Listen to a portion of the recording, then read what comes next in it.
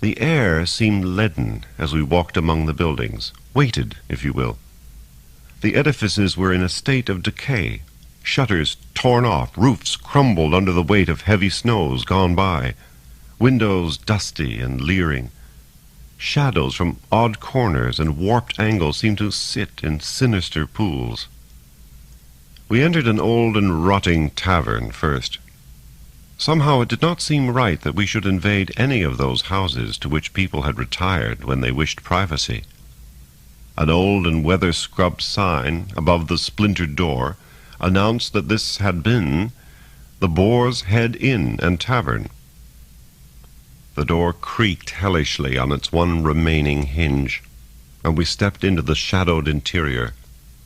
The smell of rot and mold was vaporous and nearly overpowering, and beneath it seemed to lie an even deeper smell, a slimy and pestiferous smell, a smell of ages and the decay of ages, such a stench as might issue from corrupt coffins or violated tombs.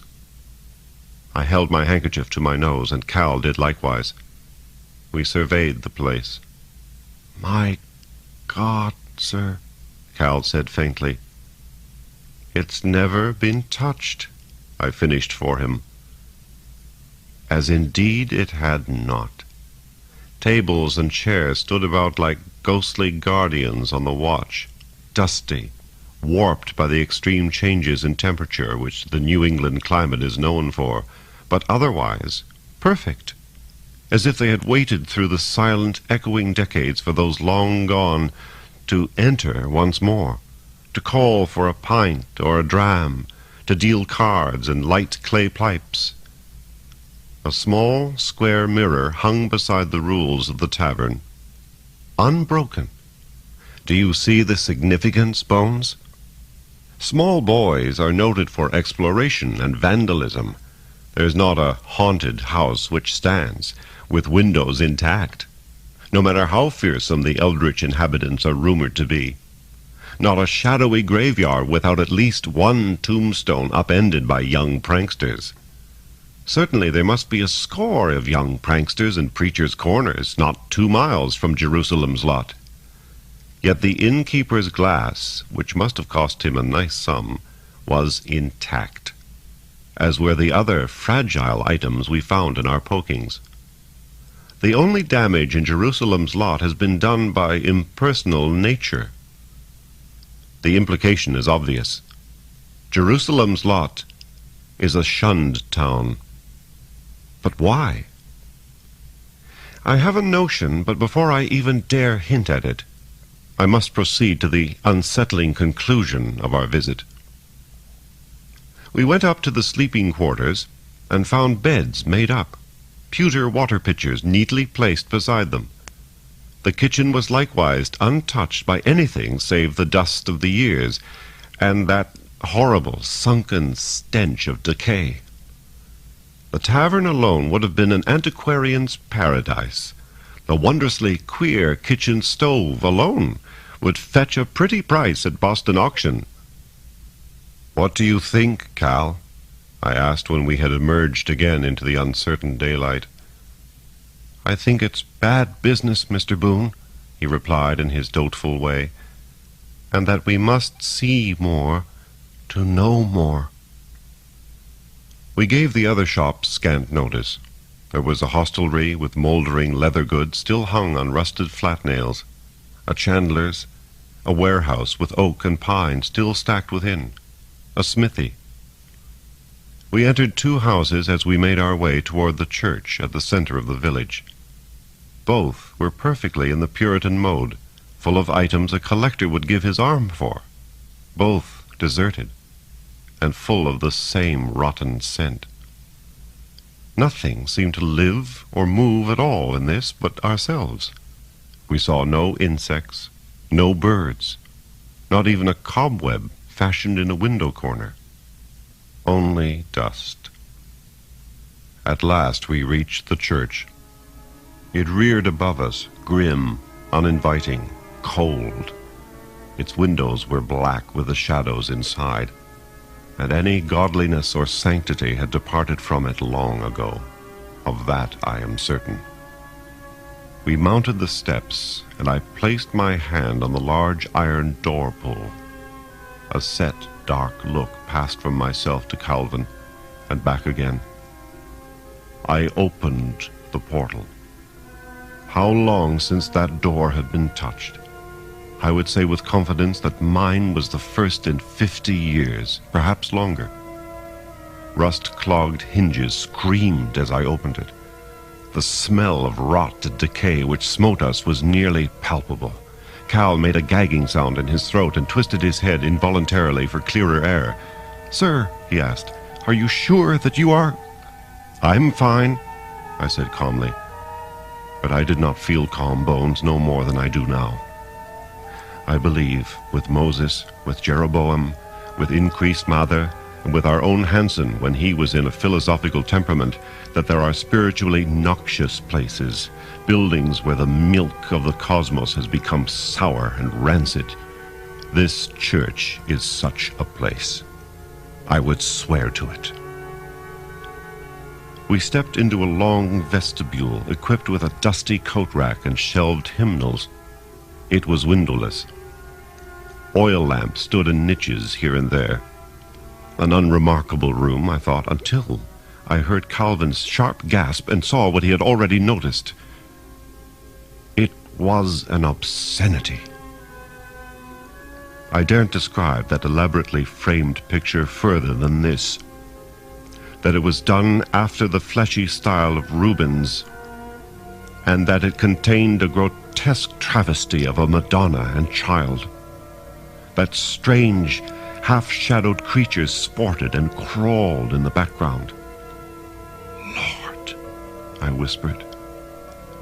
"There's no Lord here," Calvin said, and his words seemed to hang in the air.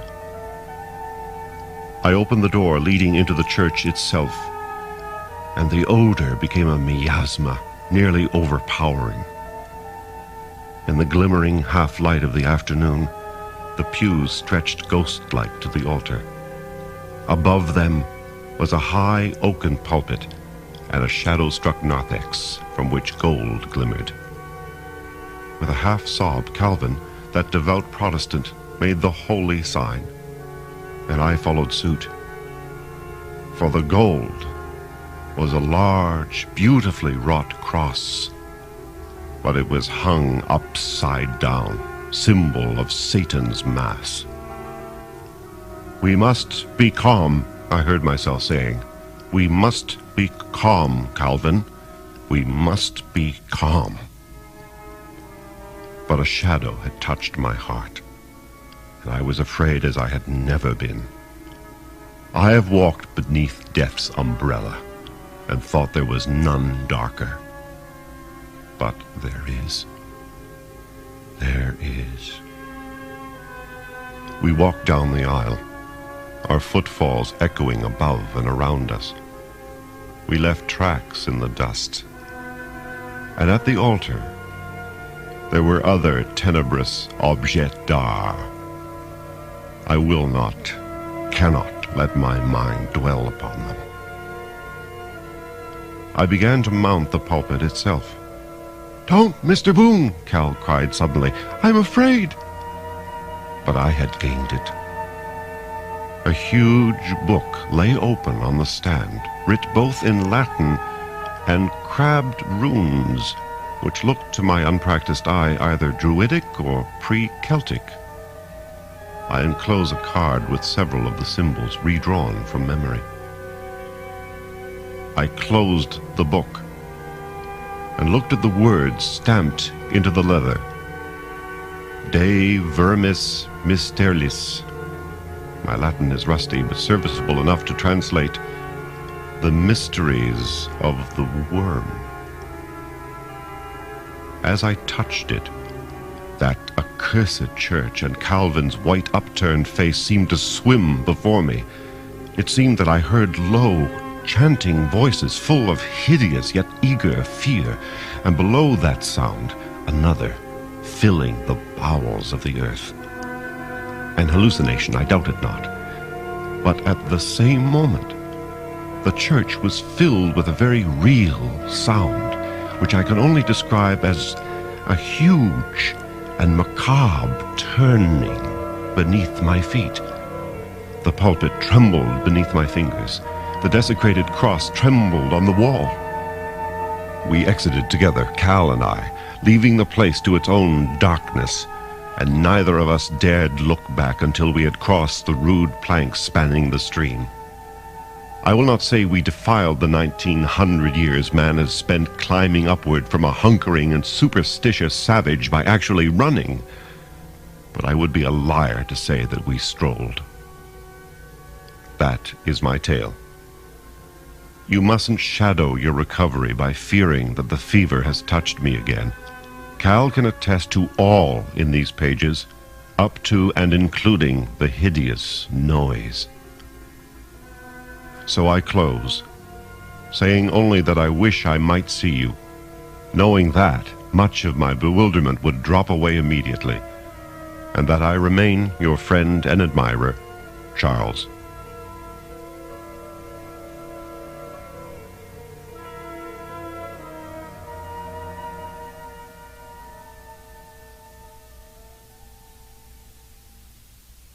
October 19th, 1850.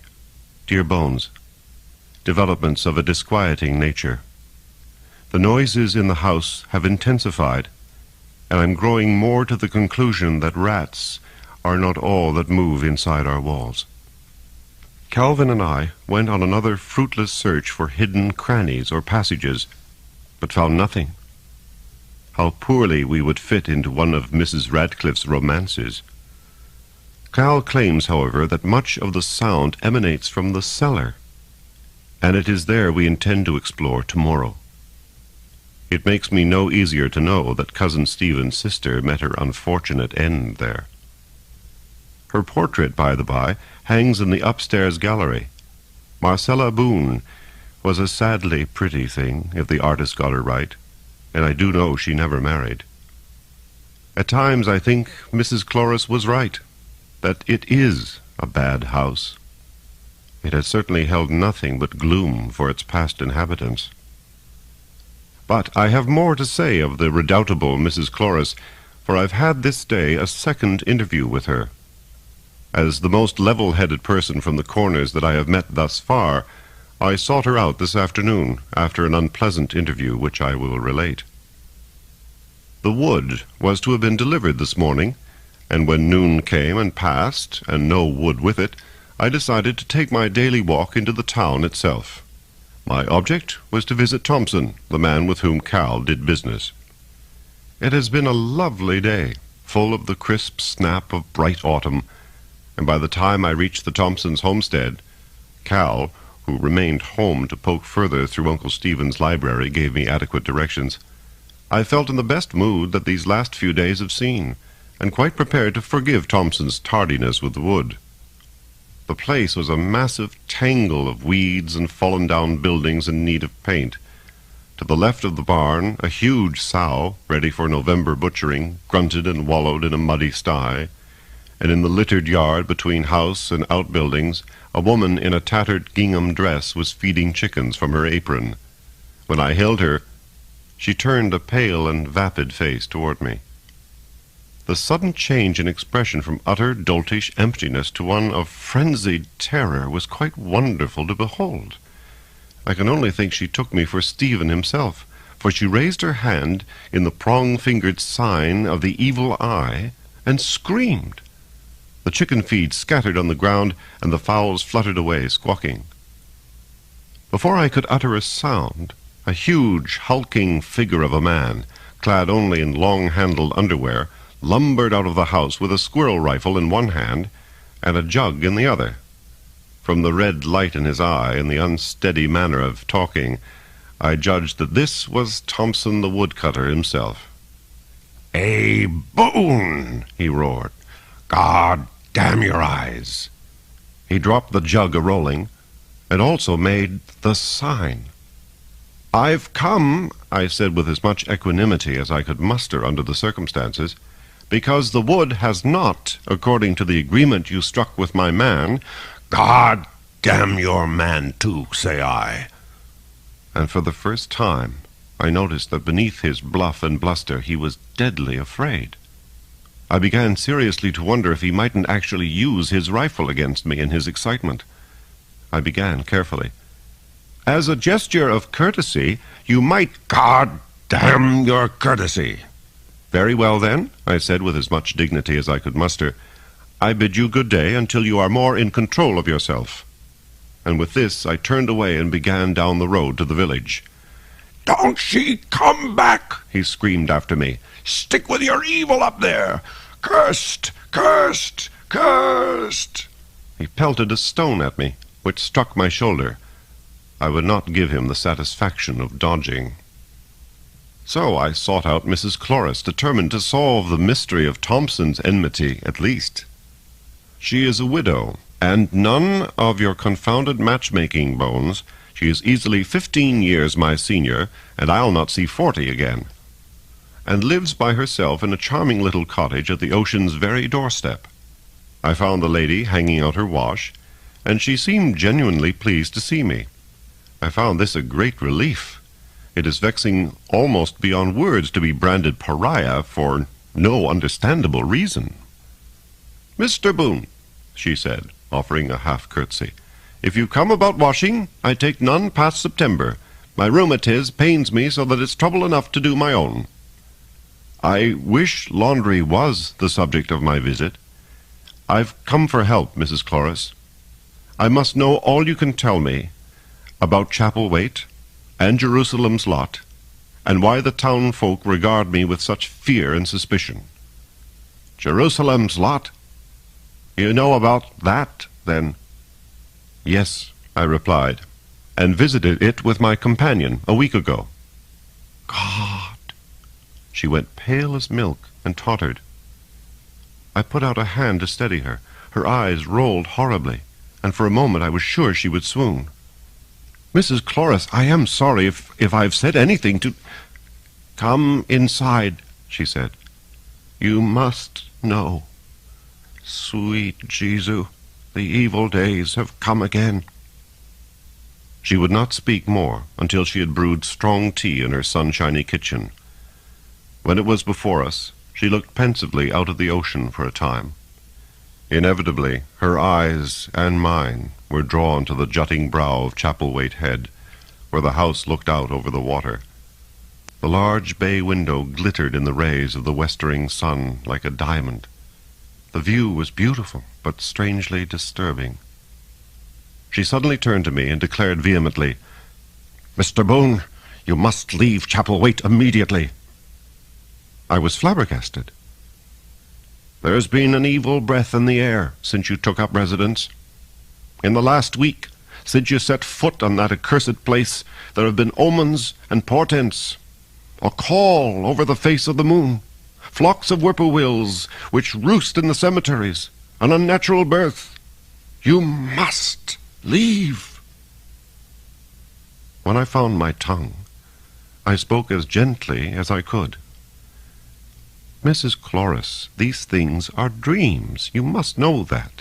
Is it a dream that Barbara Brown gave birth to a child with no eyes? Or that Clifton Brockett found a flat, pressed trail 5 feet wide in the woods beyond Chapelwaite, where all had withered and gone white?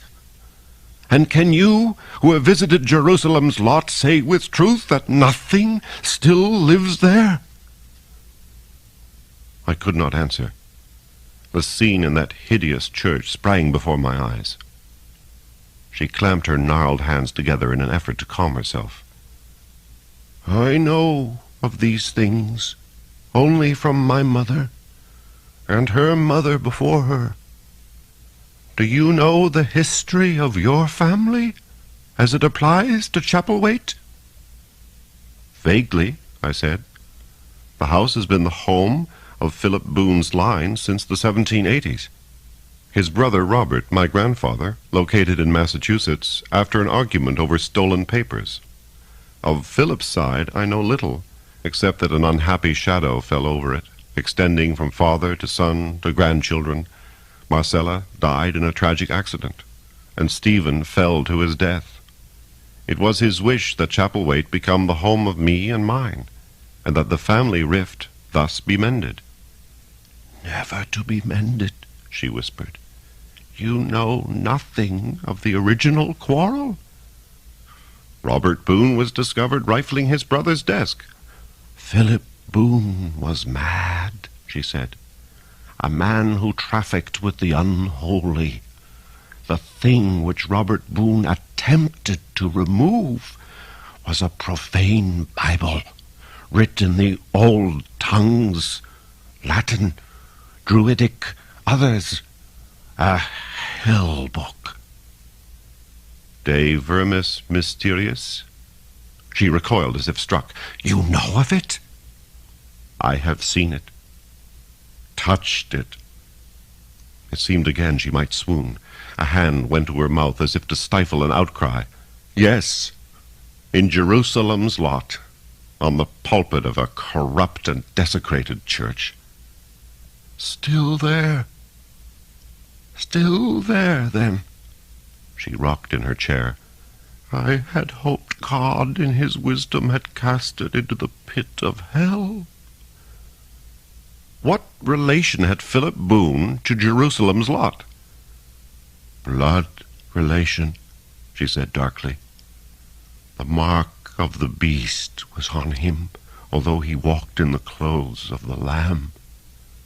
And on the night of October 31st, 1789, Philip Boone disappeared, and the entire populace of that damned village with him." She would say little more. In fact, seemed to know little more. She would only reiterate her pleas that I leave, giving as reason something about blood calling to blood, and muttering about those who watch and those who guard. As twilight drew on, she seemed to grow more agitated rather than less, and to placate her, I promised her that her wishes would be taken under strong consideration. I walked home through lengthening, gloomy shadows, my good mood quite dissipated, and my head spinning with questions which still plague me. Cal greeted me with the news that our noises in the walls have grown worse still, as I can attest at this moment. I try to tell myself that I can hear only rats, but then I see the terrified, earnest face of Mrs. Cloris. The moon has risen over the sea, bloated, full, the color of blood, staining the ocean with a noxious shade. My mind turns to that church again, and... But you shall not hear of that, Bones. It is too mad. It is time I slept, I think. My thoughts go out to you. Regards, Charles.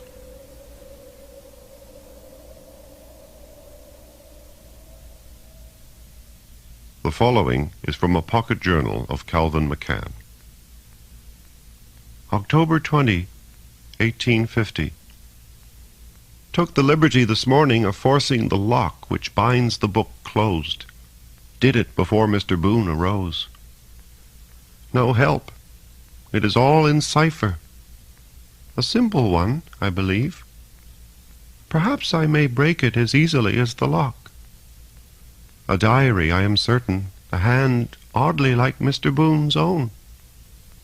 Whose book, shelved in the most obscure corner of this library, and locked across the pages.